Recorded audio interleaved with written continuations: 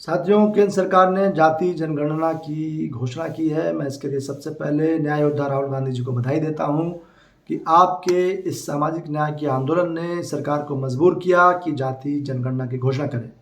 आपने संसद के भीतर देश के अलग अलग हिस्सों में इस बात को मजबूती से उठाया। देश का वंचित समुदाय आपकी तरफ आशाओं और उम्मीदों से देख रहा है।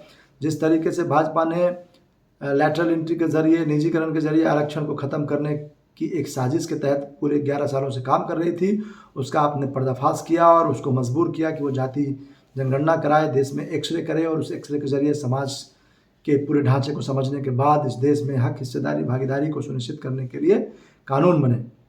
आज भारतीय जनता पार्टी को, केंद्र सरकार को जल्दी से जल्दी मैं मांग करता हूं कि वो जाति जनगणना की तारीख की घोषणा करें और वो कितनी दिनों में पूरा कर लिया जाएगा, उसके प्रारूप क्या होंगे। और बिहार में खासतौर से जो 65% आरक्षण है कि बिहार सरकार की ओर से प्रस्तावित, उसको केंद्र सरकार स्वीकार करे। बिहार सरकार से मैं एक बार पुनः मांग करता हूं कि विधानसभा का नया सत्र बुला करके विधानसभा से एक बार फिर से नए सिरे से प्रस्तावित किया जाए केंद्र सरकार को अनुसूची 9 में शामिल करने के लिए, और जो मुकदमा आपने दायर किया है सुप्रीम कोर्ट में उसको वापस लिया जाए, ये ड्रामेबाजी बंद करके।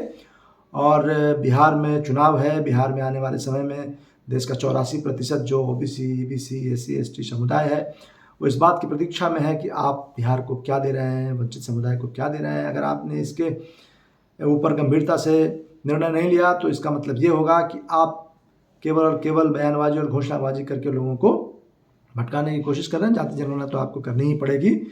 बिहार एक सामाजिक न्याय की रणभूमि है, बिहार के लोग, सभी लोग यह समझते हैं।